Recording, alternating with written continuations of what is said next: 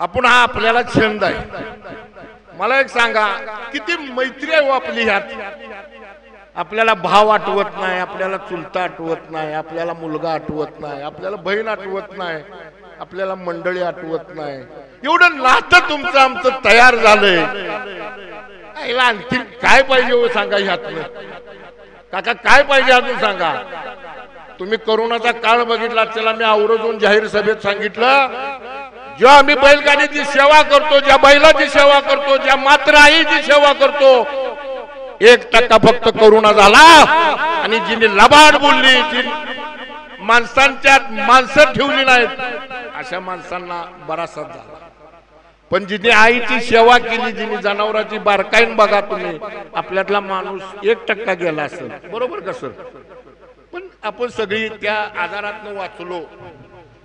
आपण सेवा करूया आणि येणारा काळ उद्या जी काय संघटनेनं नियम घातलेत, आता मला काही सूचना कराव्या वाटतात ह्याच्याविषयी, की आता रणजितनं भरपूर बोलला, घारे बोलले, मग ती निकाल चुकीचा दिला तर काय होईल? एक कुस्तीचा निकाल महाराष्ट्र केसरीला चुकीचा झाला होता, तरी त्या पैलवानानं उठून सांगितलं की पंचांनी निकाल बरोबर का?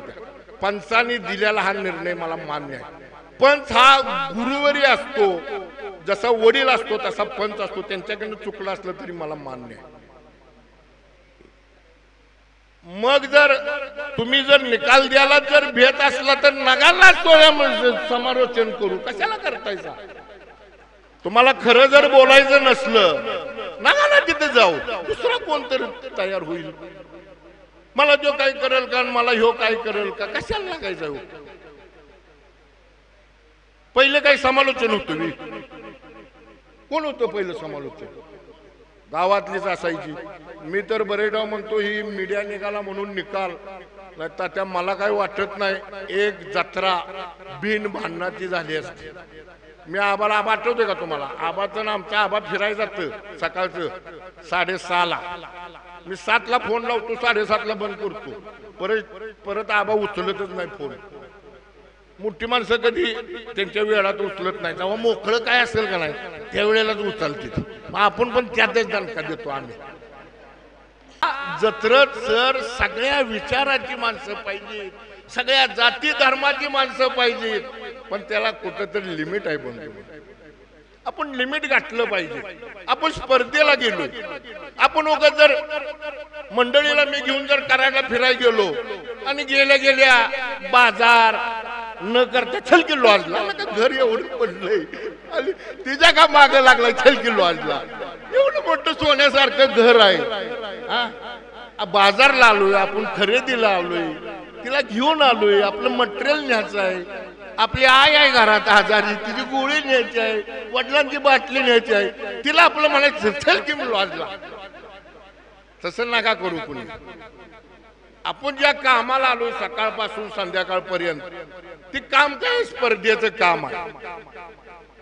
त्या स्पर्धेचा नियम काय, त्याला बांधील आहे का नाही हे तुम्ही आम्ही बघितलं पाहिजे। भैयाने सांगितलं तसं सुद्धा कोण होतं मुंड्यात बबल्यानं शेपूट चावलं, गाडी आमची जवळजवळ छकड्यानं बसली होती आणि मला लिंगाप्पा आला, म्हटलं आप्पा तुम्हाला निकाल दिलाय पण शेपूट चावलंय, म्हटलं मला प्रत्यक्षात बघू द्या म्हटलं। आणि 16 वाल्यानंतर ते शेपूट द्यायच्यानंतर मी म्हटलं आमची गाडी बाद करा आणि पोरांनी सांगितलं बैल भरा काका आणि घरी जावा। ठीक आहे, ती मोठेपण आहे किंवा खेळाडू उरते। हा जर प्रत्येकानं जर ठरवलं की आपण चांगल्या कामाला जायचं आणि व्यवस्थित कापड घालायचे आहेत, धुतलं पाहिजे ना सकाळचं आपलं आपण, ते काही लोक धुया येतात का सांगा? मग कोण डबा घेऊन जात असेल, कोण तांब्या घेऊन, आम्ही सुद्धा भैया तांब्या घेऊन गेलोय, आता कंपाऊंड आणलंय म्हणजे बसलंय। मग संडासही नव्हतं त्यावेळेला आमच्या घरात, मग तांब्या घेऊन जायचं, व्यवस्थित धुवून यायचं, परत संडास आलं, लय पाणी आलं का तर घरातली बायका माणसं वासागी पाणी वास येतंय, घरात वासागी पाणी वास येतंय, ठीक आहे बाबा बरं आता कंपाऊंड आलं, सोडागी पाणी चावीनं, हे सुद्धा परवडत नाही। कसं परवडल? माझ्या बापानं मला जन्म दिला, मी मुलासनी दिला, मुलीसनी दिला, आता एकाचं 2, दोन्हीचं 4, चारीचं 5 झालो, 5ची 10 झाली, मी कसं वडिलांना परवडणार? मग माणसं मला विचारत नाहीत त्या. अरे ह्या भागात म्हणलं, ह्या जगात कितीतरी माणसांनी धन दौलती गोळा केल्या, धन दौलत संपत गोळा केली, पण या बैलगाडी मादात ज्या माणसांनी माणसं तयार केली ती खरी संपत्ती असं मला वाटतं. आमच्या इथला ड्रायव्हर परशांमधने वारला, 5000 लोक मातीला माणसं होती, 5000. पण ज्या भागातला लोकनेता वारला तर त्याच्या मातीला 500 सुद्धा माणसं नसते. ह्यातनं एकच मिळलं आपण.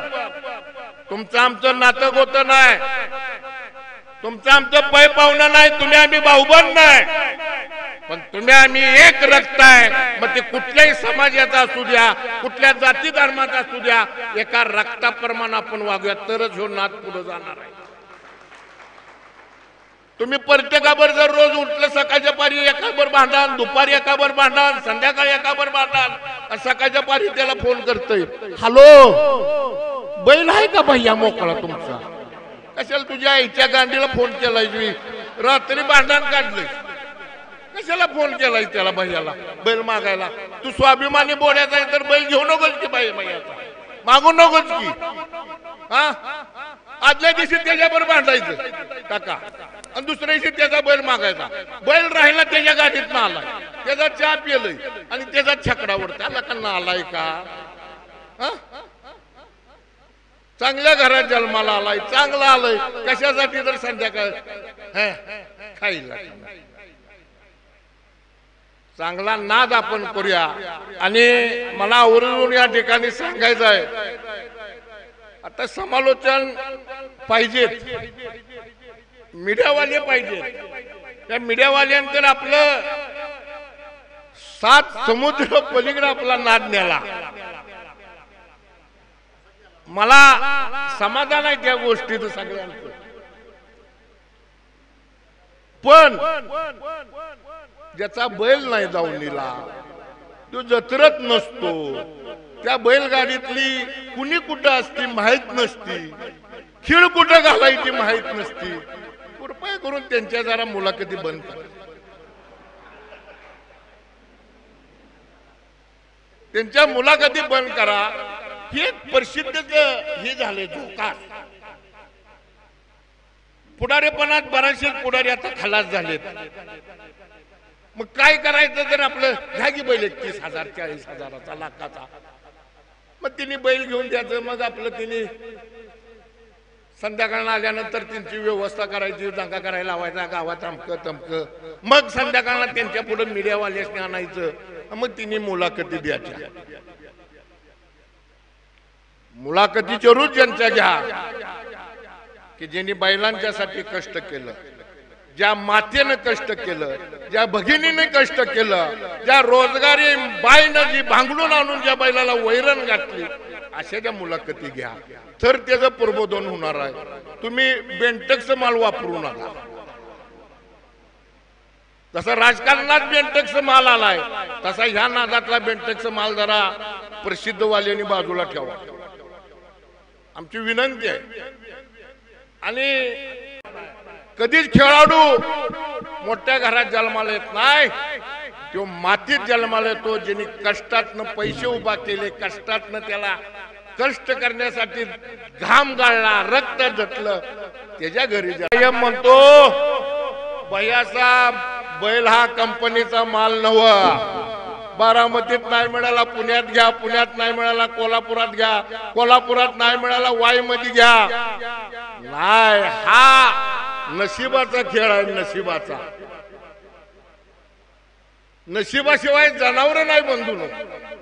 पण ती जनावर कुणाच्या बारक्या कुटुंबात जन्माला येईल, मोठ्या कुटुंबात येईल, त्याच्या मोठ्या येईल. तिची जपणूक कशी करायची ही जनते